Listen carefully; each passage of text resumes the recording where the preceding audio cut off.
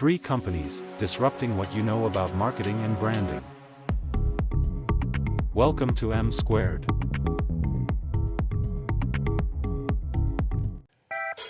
Welcome to another edition of M Squared. I'm your host, Dan Ryan. With me, as always, Anthony Rapp, DR Sizzling, Mike Bloomfield, Techie Geek. What's up? And special guest joining us today, Peter Macri, owner and operator of Panini Grill. Thank you guys. Thank you guys for having me. We're a show about building brands and talking about business, community, and everything else. Can you give us a little backstory and just tell us about where you are, what you started, and... My brothers and I started Panini Grill 9 years ago. We took over the location that was formerly Panini Grill as well. So we decided to keep it Panini Grill, decided to keep the name. And at first, we only had one storefront, which was 538 Forest Avenue. We changed the menu a little bit. We added a full bar. Instantly, we had success. Over the years, I have always asked the landlord, which I was paying rent at the time, if I could purchase the property. So being persistent after 6 years and during COVID, we finally came to an agreement to purchase the property where we are now. So we bought the property, and now we own 536 and 538 Forest Avenue. We expanded the restaurant.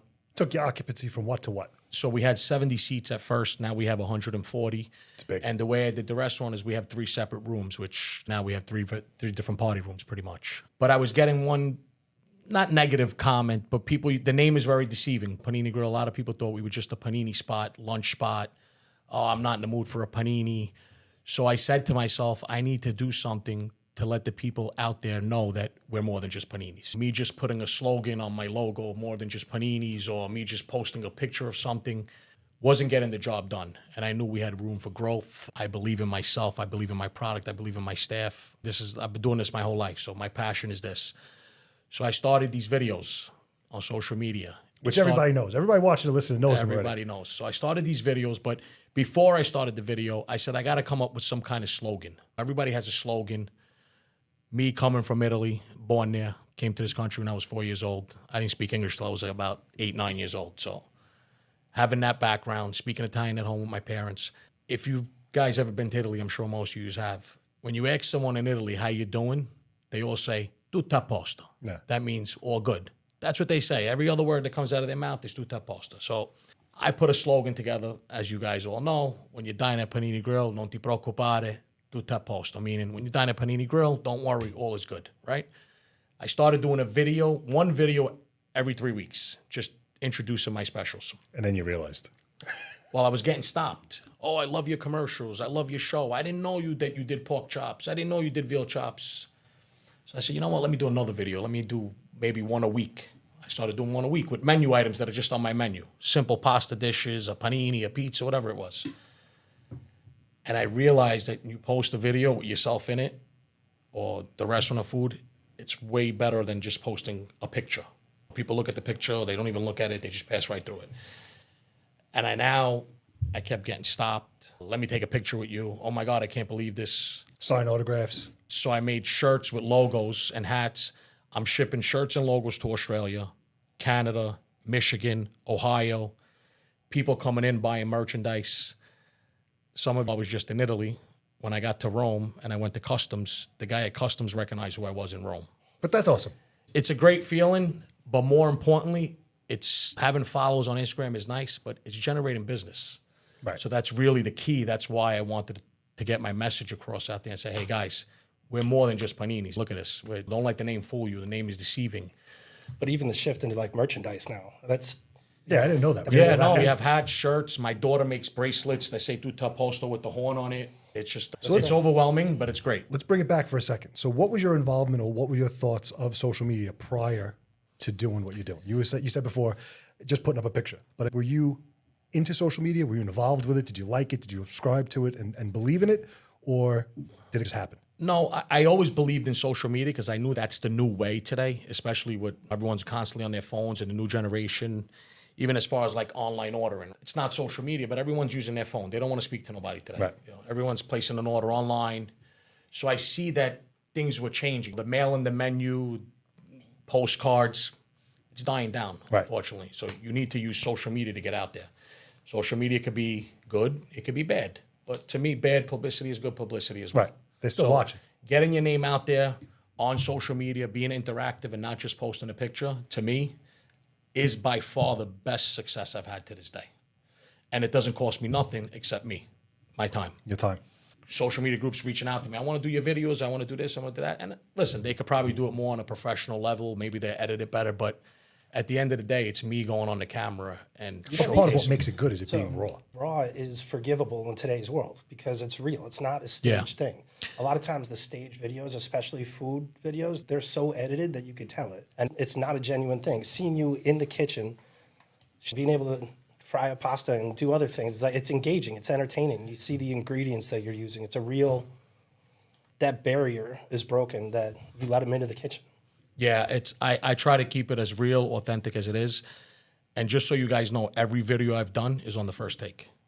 If I don't like the video, I just won't post it. So you don't go back. So every video that's on my social media page, on the fly, first take, boom. If I don't like it, which it only happened once. There you go. So whether you like it or not, you're officially a Staten Island influencer. That's correctly the title. It's all good. That's why it's... So which of the platforms are you seeing giving you the most bang for your buck, let's call it? I'm going to say Instagram. At first it was TikTok, but I realized that TikTok is like worldwide, I guess. Instagram is more local, more of your local followers, and that's really the page that's growing. Today we hit 22,000 followers. When I started this, I think we had 5,800 followers, which was not even a year ago. Wow. So the page has grown, and like I said, not just the followers, increase in business, which is the most important, right? That's why. What do you think it translated into? You don't have to put a number dollars-wise, but you see business I would went up say 10, about 15%, 15%, if not more, yeah. I would say about 15%, and this is now, which is the slower time of the year. That's great. In our industry.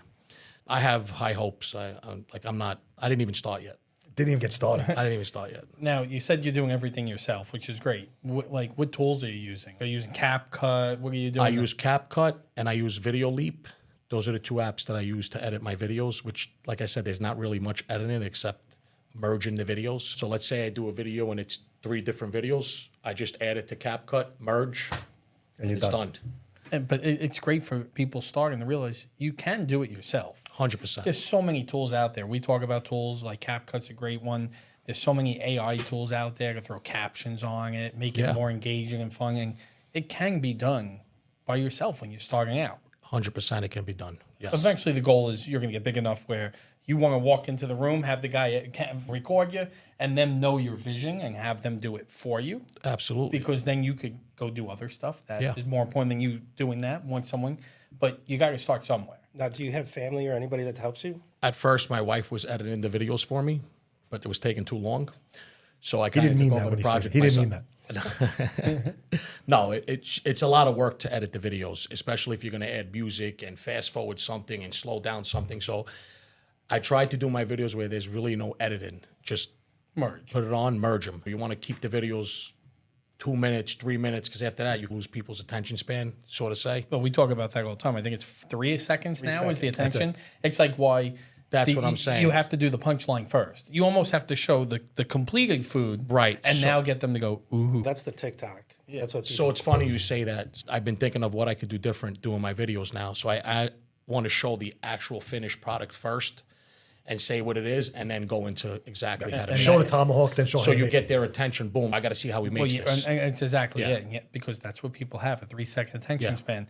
The comedian now has to start with the punchline and then go, all right, let me tell you about the joke now. No, it's the truth. It's definitely the truth. So you try to do the best you can with the videos, but sometimes things take a long time to make. So And you're still doing everything on phone or using any everything camera? on my phone. Everything's on my iPhone? phone. iPhone, the new iPhone. Yep, everything. I try to do 3-4 videos a day, and I keep them on my phone, and I'll just release one a day. This way I don't have to do everything, go there once a day. Like I have 7 videos in my phone right now that are not released. Right, ready to go. So if you miss a day, Exactly. Yeah, and so it's- for the next 7 days, I have a video. and it's all consistency, right? It's So all tomorrow I'll do another 3 Got it. videos. Whatever comes up.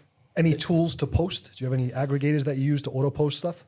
A lot of tools out there. No, I don't. You don't need it. That's why I'm asking. I don't. I just go on Instagram and then I basically share it on every other platform. Talk about Italy. You had a huge reception in Italy. Did you see? Have you seen his page since you got back from Italy? Even in Italy, they were Italy's on the beach, amazing. they were dancing. It was a 3-ring circus. It was amazing. I was born in Italy. We try to go back home every 2 years. We have a beautiful home there. I live in Calabria, small town called Cutro. And I don't know, my family's probably bigger in Italy than it is here. So they all follow me on social media. I bought them shirts. I bought them hats. So one day we went to the beach and they had a big surprise for me. They bought a banner that says, "Non ti preoccupare, tutto a posto." And they surprised me. They blindfolded me. They opened up the banner. And it was very emotional at first because it makes you feel good. So then I did a whole video there with my whole family surrounding me, saying my slogan and thanking them and, speaking Italian to them, all that. It was really nice. That's great. You said you were 8 when you came here? I was 4 years old when I came here, but I probably didn't speak English till I was like 8, 9 years old. All right. Now, did your family come up in the restaurant business too? No, this was my own self-made. My father's a tile guy. My brothers, they were all in the construction business. No one did the food business. I started working 11 years old. I used to live in Brooklyn, Canarsie Pizza, making boxes, cutting cheese, packing orders. I used to walk to work. Probably Back in the day, 11-year-old, never do it today. Yeah, no. Back then, you could, though. And I fell in love with the business. At the age of 14, I was making pizza. Nice. So that's where it all started for me, 11 years old. That's great. I fell in love with eating pizza. Yeah, I was going to say. Well, yeah, of course. So is Panini Grill the first restaurant you owned, or you No, had anything my before? first store I bought when I was 21 years old. I owned Piazza Italia Pizzeria, which was in Tottenville. Okay. On the corner of Main Street and Amboy. I believe now it's currently Manja. Manja, yeah. So that used to be my store. I was 21, I'm 42 now, so do the math. Yeah. But I owned it for 2 years with my cousin. I worked for 2 people my whole life, There you go. owned my own store, and then just kept buying stores. So I want to go back to, because again, we're all about marketing and branding. You said it when we were talking earlier. You said it just now. Keeping the brand, keeping it Panini Grill. You said that you feel like you pigeonholed yourself because you got people who just think you're only serving paninis. Correct. But here you are now. You took it and used social media to leverage it in a positive way. So you think you made a good choice or a bad choice? Think you'd be more or less successful if you changed the name? That's a question that I asked myself. I don't know if you've seen, that was actually one of my videos that I made. That one I missed. actually asked the public, my fans, what would you think if I changed the name to Tutto a Posto, my slogan? And believe it or not, it was 50-50 vote down the middle. You got the bittersweet people, Right. neighborhood people that know Panini Grill as Going there Panini forever. Grill. Yeah. And then you got the people that go, change it. I never knew you would. I never knew you were this kind of restaurant. I don't know if you see my new logo. I incorporated the Tutto a Posto and the Panini Grill together in one logo. Yes. Listen, it's bittersweet for me too. I'm there 9 years. Right. We were always successful. So changing the name would, Yeah, now it's yours. now it's You can't mine. change it So now. I think I probably won't change the name because what I'm doing on social media is getting my message across. So it's working. Whatever I'm doing now is working. So I don't think I'm going to change the name. I look at some places that have been around for years. They don't even have a sign on the storefront, and they're successful. So good food, you know, you good know. service, beautiful atmosphere. Me there. That's it. That's all you need. That's all that matters. It was already Panini Grill. You bought It was a Panini Grill when we bought it. Yes, they were there for 10 years actually. Did before they me. do more than paninis, or were they only No, panini? they were just a panini lunch, and they did some pastries. Very simple. So you changed it. It's crazy when you think about these decisions we make, like when we're starting a business or purchasing a business. Should you have changed the thing? Should you not? Like my business name is Techie Geek, and people are like, "Is it just one of you?" No, we're the biggest in town. We're 14 now, so they're like, "Why aren't you Techie Geeks?" I'm like, "That sounds good." Because when I named it, I didn't really think about it. I thought it was just going to be me in my basement and make it work. And then you're like, do you change it now? Do you think once you start branding everything, am I going to go redo all my shirts, all my business cards? I'm like, no, we're techie. It's how you present it, right? Our slogans, the IT superheroes of cybersecurity, right? There you Right go. there, it says superheroes. You know, that's where you got the S. That's where I got You the put the S. S Or in you there. make it plural. But decisions we make, right? If you go back 10 years ago, maybe you would have, if you knew where you were going to go, maybe you would have changed the name then. Absolutely. And it gets that much harder later. Yeah. I'm interested for you to share with the audience. You said outside earlier, so you were doing it 9 years, and it was only about a year ago that you decided it was time to get in front of the camera. What was that shift? What was the transition? Like I said, a year ago, I started just introducing our specials. It was one video every 3 weeks. I would go in front of the camera, introduce the specials that we make, let people know that we're more than just paninis. And the feedback that I was getting was just on posting one video every 3 weeks. And prior to that, not to interrupt you, you were a very successful restaurant. It was without we were always doing it. busy, even Right. with the That's expansion. what I'm We saying. started booking more party, but I knew that there was more room for growth. I just knew saw it. We have 3 stores now. Meaning, when I say 3 stores, 3 different rooms. Our seating went from 70 to 140. How do I attract more business? How do I get people from the South Shore to drive to the North Shore and come and eat? How do I get people from Brooklyn who live right over the Verrazano Bridge? Because really, at the end of the day, it's not that far. I mean, 20 minutes, you're there. And that's what I'm noticing now. I'm getting people from Brooklyn, Queens, Manhattan, the Bronx, different states. Australia. That's Tell me the I just Australia. left the restaurant before I came here. I had a table come in from Australia. They wanted to talk to me. Table 32, because I know the table. They said, "Can I please speak to the owner? I follow him on Instagram from Australia. We are just visiting. This was one of the restaurants we had to come and eat." That flatters me. That makes you feel good. They chose Panini Grill to come and eat from Australia. There's not a shortage of restaurants in Staten Island or New York to eat in. there's And, two but or I three get that a restaurants. lot. There's probably only 2 or 3 restaurants that people would actually pay the toll to come over here for, or take the ferry, Right. or do something to get here. That's an expense to people, right? In their mind, like I don't want to. Yeah. I don't want to pay on that side of the bridge. People might come from Jersey but getting people to come from the city, come this way. That's wild. That's a big deal. Yeah, it's a great feeling. It is, and also I noticed that you have other successful restaurant owners or social media groups and different influencers that are reaching out to me now. They want to do a collab. They want to do a video. They want me to go to their store and do a video with them. So it's nice. You network with those type of people. You grow your followers, more exposure as well, and your name just keep pushing your name out there. That's what I was going to say. Some of the most recent content that I've consumed of yours has been collabs with other places. Yes. The other day you were at Casanino, right? Casanino's is actually my other store. Oh, I'm the owner okay. there. Yeah, Casanino's is my other store. I own that with two different partners, not my brother. And we're there for 12 years. We're actually a neighborhood place that's been there for years. We used to be down the block, the Al Park soccer fields are. Okay. We lost our lease there, and now we moved down the block, 1281 off the Kill. So that was a bad example, but congratulations. But Thank you. It seems like there was other ones that I can't pull off the top of my tongue here, but other restaurants, other places you were at, and Yes. you're doing collabs. So Yes. now is this something I you're just doing? did something with Phoenix Farmhouse. She reached out to me. She That was the wanted to do a competition. free giveaway. Yeah, That place is great. giveaway. Yeah, that's right around the corner from me. So we did that. Aunt Butchie's just reached out to me. He wants to do a video together. Shout out to Peter. So shout out to great guy, Yeah. great person. I had big guy on Instagram is the guy Gigi from Chicago. He's from Chicago, but he actually came to the restaurant in my kitchen. We did a video together, did a collab. That was a great success. Frankie Food Boss. Right. It's just the list goes Frankie's on. fantastic. Yeah. So a lot of people reaching out and a lot of things coming up. This Saturday at 2:00, I don't know if you guys know, Italians Do It Better, the Staten Island Guido, the Sicilian guy, they're all coming gonna be down. there? We're going to do a big thing, yeah. That's nice. Like you said, trying to get South Shore to the North Shore. Are you using like any of the Facebook groups on Staten Island? Are you All of Staten Island Food, and I'm banned from there, by the way. But Staten Island Food, like where Staten Island eats, all of those. So whenever I post a video on Instagram, I share it to all 3 of those pages. Staten Island Food, where you eat your heart out, Staten Island. That's another one. Another one. Where And then Staten I- Island Eats and Drinks is ours. Yes. Yes. Yes, that's That's I'm not banned from that one. I'm on that one. But Janessa Rubino started the other one. That's just as good. What's the other one?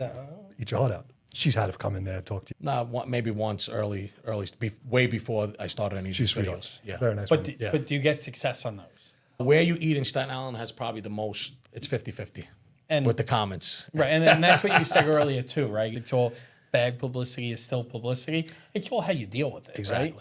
You know, if someone goes and rips the place apart, it's being the owner. Hey, what did we not do? What could we hear? When that's what sometimes you see on there, someone just goes and rips and fights with them. Right? Yes. And the terrible always do. example of that, if you look at it, wasn't that Dominic's, right? Isn't that what was the downfall of Dominic's? Oh, It's yeah. basically social media and fighting with people about the closing of the street.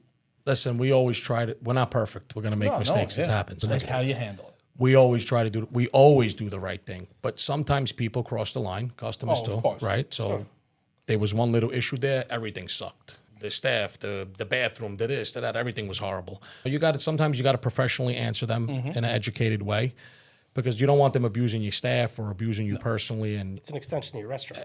at the end of the day, we're not perfect. We're going to make mistakes, But the we're important always thing going to you said make it is right. Answer. There's a lot of business owners that we know, and that it doesn't make a difference who they are, but you can't just push that under the rug. No, In no, other no, words, no. You got to. You almost get more respect for answering the negative. You got to and- answer. You have to. And then the- even if and- it's not what they want to hear, you got to let them know, hey, I saw your concern. I'm going to express what I'm going to do. You may not like it, but at least I responded. And we all have to answer. And the hardest part, though, of answering, because I get it too, on a different platform, it's taking the emotion out of it, right? Because we're Correct. emotional. And that's where another tool comes into play, which you know I'm going to go with, is ChatGPT. Oh, here we go. You literally give ChatGPT the thread, tell it, hey, this is how I'm thinking of Hey, answering. be nice. But can you help me to remove emotion good to from it? know. And it literally will strip it out. And I do that all the time for emails because we get emotional, right? You're like, boom, boom, boom, and you let it rin through, and then I go, oh, that's much more You do get professional. emotional sometimes. You're right. Yeah, you and know, social media is an extension of you. It's- Your restaurant's an extension of you. It's But my baby. you got to treat it like you're treating somebody in your shop, right? Like somebody customer who's not happy there. You'd walk out, you'd speak to them, right? You'd see if there's an issue, and you try to deal with it. No soup for you. Or you kick them out. What are some of the other restaurants on the island that you see that are doing a good job? Put you on the spot. We all know in this room that the island is super saturated. Super saturated with restaurants. I think Pam Silvestri's last quote when I spoke to her on the phone the other day was like 1,089. Excuse That's me. a lot of restaurants. Something like that, or 1,008. It was something. It was under 1,100. But still, that's ridiculous if you think So about it. I mentioned Aunt Butchie's. I think he's doing a great job. He's doing videos as well. Yes, He does a he lot is. of different videos. Aunt Butchie's, who else is doing a great job? He only eats at Panini Grill. Yeah. What's that? Put You it know in your what? work, you I know? don't. So I'm going to tell you something about me. I think a lot of restaurant owners, some restaurant owners, not a lot. I hate to say use the word a lot. They're worried about what other people are doing, right? They're worried about what other restaurants are doing. I don't worry about what other restaurants are doing. I'm worried about what I'm doing. Because to me, competition is a good thing. So competition is going to keep you motivated, keep you going. So I really try not to worry what other places are doing and not doing. I never did. I never let that scare me. I never let that put fear in me by any means. I'm friendly with some Maskeska's, another great restaurant. Don Cheech, the guy. They're all, we're friendly. We keep in touch here and there. It's in my industry too. It's tough. You're right. People, I don't care about competition because I strive to be the best. I want to be the leader. If you want to copy me, go ahead and copy. Yeah, me. it's You flattering. flatter me. But a lot of them are like afraid to collaborate, communicate. You can't go to the same restaurant every day. No. I could love your Italian food. I can't go every day because You used to go to Gio's every day. Yeah, I did because it was COVID and you delivered right down I the block agree. to me. I But agree. you can't. I could love your restaurant, but guess what? Tomorrow I might still want Italian. The chances I'm going to come back to you is I'm probably going to go to another Italian restaurant and have something I Exactly. like there. And that's why, I don't understand why people, some of these owners definitely do take competition. Like they think I'm going to eat there 365 days and you can't go anywhere else. Of course not. I mean, listen, at the end of the day, we all make penny vodka. We all make fried calamari. We all make that dish. So you might like his better than that one, or you might want that one. We all make the same stuff, but you got to do something different, right? Yep. To get customers into your restaurant. To me, service is just as important as the food. Most important So thing. Service, atmosphere, cleanliness, goes hand in hand with the food. I'll go somewhere with great service and a little less Mediocre food food. than best Agreed. food, and they treat me like shit. Exactly. Agreed. And when you go to a restaurant and the owner is there and he's hosting you, he's greeting you, he's buying you a drink, he's buying you a dessert. Right. That's more than the interacting food. with you, taking a picture with you. That's Well, priceless. I've been to places. That's when you feel good paying $300, $400 a day. You don't mind. Yeah. I went with a group of friends, like 8 people to a restaurant, won't name, no longer around, but he begged my friend, come on, get a group in, get a group. Get 8 people there, we go. The bill was over $600. Didn't even buy a round of drinks for us. Came over, said, hey, thanks for coming. Let me send a round. And when we leave, what do you think the first thing my friend said? She looked at me, she goes, never going back there. Yeah, again. right. You literally begged us to come, and then you don't even buy me a round of drinks when we were buying a ton of stuff. So I do something in my store. Our servers are always supposed to ask if this is your first time here. Anyone who's ever comes to my restaurant, it's their first time there. They're going to get an after dinner drink, a dessert, an appetizer on the house all the time. That's just my thing. That's nice. As well as the regulars that dine there frequently, and like you Right. said, you come in, you big table, spend $600-700. That's the way I grew up. That's just It's in a my blood. dying art, right? You used to be able to go to the bar and you drink a couple and someone buy you back. 100%. You don't really see that anymore. Now it's It is, automated there in the unfortunately. POS. They're pressing the buttons. They're scanning a card. Yeah. Yeah. They're not even pouring the shots. They're No, measured. they're measured. I hate that. Do you have that? Tell me you don't. the worst. What's that? You got the pre-measured shot balls No, on top of the bottles? You trust your bartender. Good for you. Nothing. Yeah. We just eyeball everything. Yeah, that's the right way to do it. Yeah. You go places, you see they guy like this, they go like Nah. this. Dominic's here. We like him. Yeah. This is a good drink. They give him 2 shakes. Mike's back. Listen, you're going to charge $15 for a cocktail, $16, whatever it is. Give it to the customer. You got to put the liquor in there. So here's a question that might put you on the spot, but we're talking about restaurants that are doing a good job. Now let's talk about restaurants who are doing a good job but scared or not active on social media. Do you have any words of advice that you can tell someone who has an established restaurant? There are hundreds of restaurants that we could both, Yeah, both so of us can name I that are call- well established, but they don't venture into your world. What would I you call say? that the old school mentality. Okay. They just don't want to come out of their shell. They're stuck in like the 90s and 2000. And not just with social media, because I'm in the distribution business as well. I didn't say that. Okay. I'm in sales, okay? So I sell a lot of restaurants on Staten Island and pizzerias that buy merchandise from me. Okay. Okay. There's people that won't even do online ordering. Forget about social media. They don't even want to bring in a platform for a Grubhub, DoorDash, Uber Eats, Slice. Oh, I'm not giving those guys money. They're going to take money from me. I'm not giving those second parties. They're scared to change with times. And if you don't change with the times, you're going to be stuck. The new generation is totally different than it was. Yeah. It just is. There's, like I mentioned earlier before, nobody even wants to talk on the phone. The advice I give them is you have to change and you have to come out of your shell. You have to use social media as a platform to get out there. And you got to think outside the box. It's just, you got to go with the times. We're going into 2024. So business is totally different than it was today, than it was 10 years ago. And Change, evolve. They have to, because you look at it, the new generation, they're going to doctors on the phone. The doctor's on the phone. What are you There's talking literally apps. You hold it up, you zoom in with the doctor. That's what I do. Cough, send my prescription. All right, done. Right. That's now the only doctor I have. I don't have a regular doctor. Instacart, DoorDash, Grubhub, all of those. That's all I use. And it's not because I don't like to go out. I love to go out. I have a 6-year-old and a 3-year-old. When I get home from work, my wife's exhausted. You got to get the kids. Hey, but we still want a nice dinner. What are we going to do? Go on DoorDash and order that expensive Even dinner. the Sala Marias are doing it now. I walked into Freddy's today. Yeah. And they got delivery now. Of Yeah, course. they- Part of the fun is going there for me. Unless Now, you're behind the desk, you're working. You're missing out if you're not taking advantage of those third parties and the social media. You're really missing out. You really are. They make it so much easier. And it's the same, goes back to the business owner that refused to take the credit card, right? Oh, I want cash. I'm not going to take card. Good Cash luck, is 'cause gone. guess what? The kids don't have cash. They're coming. Yeah, you don't cash have, is gone. And you've seen some restaurants that were refused, and they're coming around. You could do cash, credit card. But hey, you want to charge me a service fee? That's fine. I get it. Listen, if a gas station could charge a service fee, so can a restaurant. Right. 9 years That in, was always so my I'll line. consider you a vet. What's your take on ghost kitchens? Popping up everywhere. But I know a few people that actually do it, and they have great success with it. I never really thought about doing it or getting into it, but I've heard nothing but great stuff about it. I just read an article on that actually today. I forgot which paper it was in, about doing ghost kitchens. And hey, listen, if you could do it, go for it, because I heard nothing but great stuff about it. But you think it cheapens the brand for guys like you out there grinding? Yes, I think it does. So that's one of the reasons why I never really got into it. But listen, you got some places that just a takeout local spot and nothing fancy, nothing crazy. And to be fair, what you do could never be replicated in a ghost kitchen. So No. it's totally different. But I'm just Absolutely saying, not. as So I wouldn't ruin someone my in the brand. industry, I'm just Yeah. saying. Yeah. can't put fine dining in a box. No, you can't. But at the same time, when you're a vet and you know that you got somebody down the block who may be operating out of a other restaurant and they're making, I know a few similar- people what I that mean? do They're it, doing but well. they're different. Yeah, They're different. That's a different customer too. Yeah. agreed. So ghost kitchens, they're chefs that are going around now. They're going into either kitchens only, kitchen incubator programs, or they're just renting out space or using downtime out of other restaurants, and they're operating as a restaurant and just takeout only, or do they do catering too? I think primarily they just take it. I think they do a little bit of both, to be honest with you, and they're just, some of them operate under a different name as well. It might be the same. This cake customer owns Joe Pizza, just say, and then he's got a ghost kitchen in his own kitchen, and he's operating under a different name. And that was all around the COVID time, where Chuck E. Cheese was Giuseppe's Pizza, right? And, Correct. But then you get on Guying Avenue, there's a deli that if you go through DoorDash is like 30-something restaurants. 100%. You Yeah. like look through and you're like, oh my God, this burrito looks amazing. And then you like pick up Yeah. something Guying. You're like, okay. And then you go through 20 stores and they're all that. During COVID, I don't know if I told you, but we looked at it. This was when I told you I had owned the other restaurant.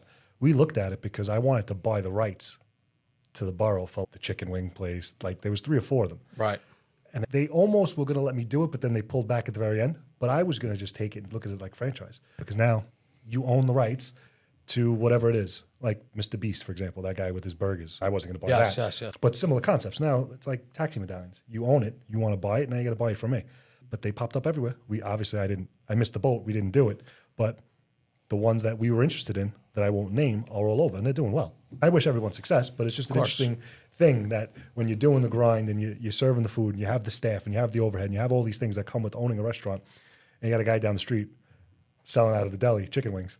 What's It's just the weird. What's the name of the app that's out now that is when restaurants and delis and places are closing down, they give crazy deals for what's left over so food doesn't actually go to waste? I never heard of that. There's a new one that's going around. And people are getting excited about it. I hear all the parents talking I'm about it. My not kids going to crying. restaurants That's that's closing interesting. down. I No, don't not want. closing down. It's, You never know. You don't if know it's- until if it's it's done. Like, Yeah, it's like sometimes you 8 don't know. o'clock. You don't know. If it's 8 o'clock at night and you want to get dinner, and Bagels R Us has They'll give you Leftover 10 bagels for what? bagels for 10 like a.m.? $2. Or there's I don't know how I feel about that. I never heard of that. I didn't even know there was an app for that. There's an Yeah, app for there's an everything. for everything. No, I mean they give, instead of wasting food, they give discounts for it. So that way, I'll sell you my old food at half price. Give it to a food pantry. Feed a homeless person. 70% of the waste in our world is uneaten food. That's crazy. I'm not going to fact check you, but it sounds good. It's true. We'll get David to check that. Right here. We'll put it up there. Yeah, It's 70%. Bring. It is. But that's what's the majority of what's in our landfill. So if people in the food industry could give back and do something at an affordable rate and it gets people excited where they go back to you. Yeah, you know what's going to happen. Like, No, oh, shit, no I one's got going to order this from food Panini till Grill. 9 o'clock at night. All of a sudden, No, the it's all restaurants will be different trying to hours. close, put it up, and everyone will be ordering on these apps. It's all different hours. You could go on there. I'll find out the name. We'll have David post the name of it on here. So, what have you seen? 2 questions. What have you seen from the day you bought it till today, change in the industry? And then I'll ask you the second question after that. A change in the industry, In the industry as a whole. Forget about social media. Forget just the industry of food. What have you seen? So just food cost and labor is up tremendously. So your profit margin is not the way it used to be. So you're working more on volume today than you are actually on profit. Thinking outside the box, like I said before, you have to be innovative. You have to use social media, all these online platforms, ordering. Years ago, you really didn't have to rely on that stuff. Today you do. And you got to constantly stay on top of your business, innovative. You always got to, to me, I always use this line, think outside the box. Back then, you knew that Friday and Saturday was your night. You were always Right, you were busy, good. And you were good. That's not like that anymore. You have to have live, if you have a restaurant, live entertainment, a comedy show, a fresh mozzarella night, a limoncello night, a paint night, whatever it is. You got to constantly reinvent yourself and do different things to get people inside the door. It's not like back then. That's When it was simple. And it's Yeah, not just it was a lot more it's not simpler. just restaurants. It's just as a generational exchange, right? The bowling alley has to do cosmic bowling to get people to bowl. Years ago, you just go to bowl. Because dinner's not dinner now. It's an experience. It's a night out. Right. Yeah. It's No one's going to dinner and then going out for drinks. People want to just go and sit and stay. Right. They could spend 4 hours, which is annoying sometimes, but they could spend 4 hours in the place if you keep them. Yeah. And you keep them drinking, you keep them happy. You got to change with the times. If you don't change with the times, it's just not going to. The second question. So you're at the forefront of keeping up with the times and innovation, where we are today. What's the next 4 or 5 years got for Panini Grill and for you? There's definitely more room for growth where I am now, but I am looking to open up another location on the south side. So Come on down. It's going to happen. I want to buy the property, of course, not rent. So it's something that I've been looking, and hopefully I land on something. We'll take a look from the bid. Sounds fantastic. Makeovers is for sale. But Yeah, my makeovers. goal is to have another store bigger than the one I have now, because I just, like I said, I got a lot of stuff up my sleeve. Panini Grill 2 or Tutto Posto? No, it's going to be another name. It's going to be a Tutto Posto or maybe something else, but it's not going to be. I never believed in opening up another place with the same name, especially on Staten Island's very small. Yeah. So I never. To me, you open up another restaurant, a little different concept. Now, do you really think, and I'd love to have you come to the South Shore, but do you think you could get more going to Woodbridge, where now everyone from Staten Island is running there to open It's- restaurants? It's also a possibility. Yes, that's also the area. Yep. Yeah, because that's right. When Now I say everyone South Salinas, Side, Pete like Boatros, I you got consider that. that. I consider that almost Staten Island a little bit as well. Old Bridge, Woodbridge. Right. Well, A little bit of style. I like that. You used to drive on, well, you still do. You drive on like Route 9, and all of a sudden you see like Cafe Luna and Yeah. Butchie's. You literally still start do. running through all the You restaurants. run through all the restaurants on Staten Island. Yeah. Project Brunch, I think, is out We'll see. there. Project Brunch is out there.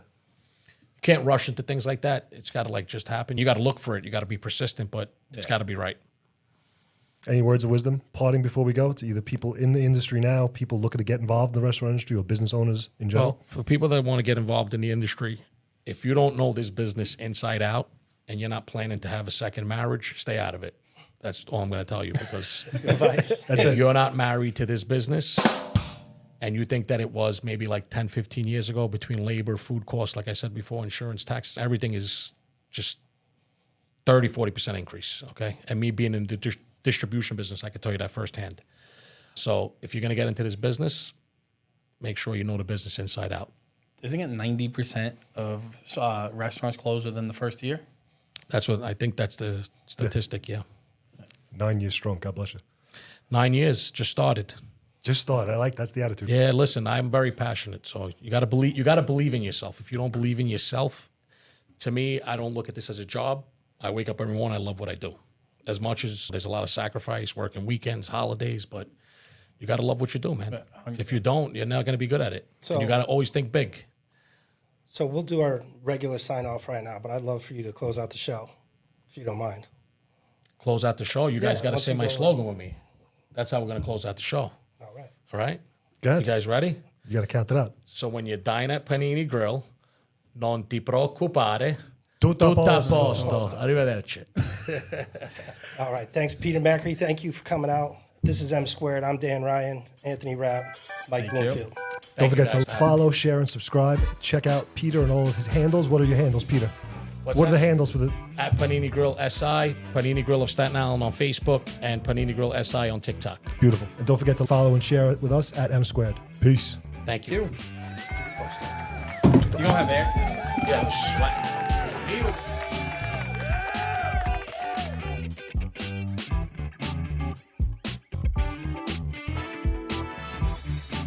Three companies, disrupting what you know about marketing and branding. Welcome to M Squared.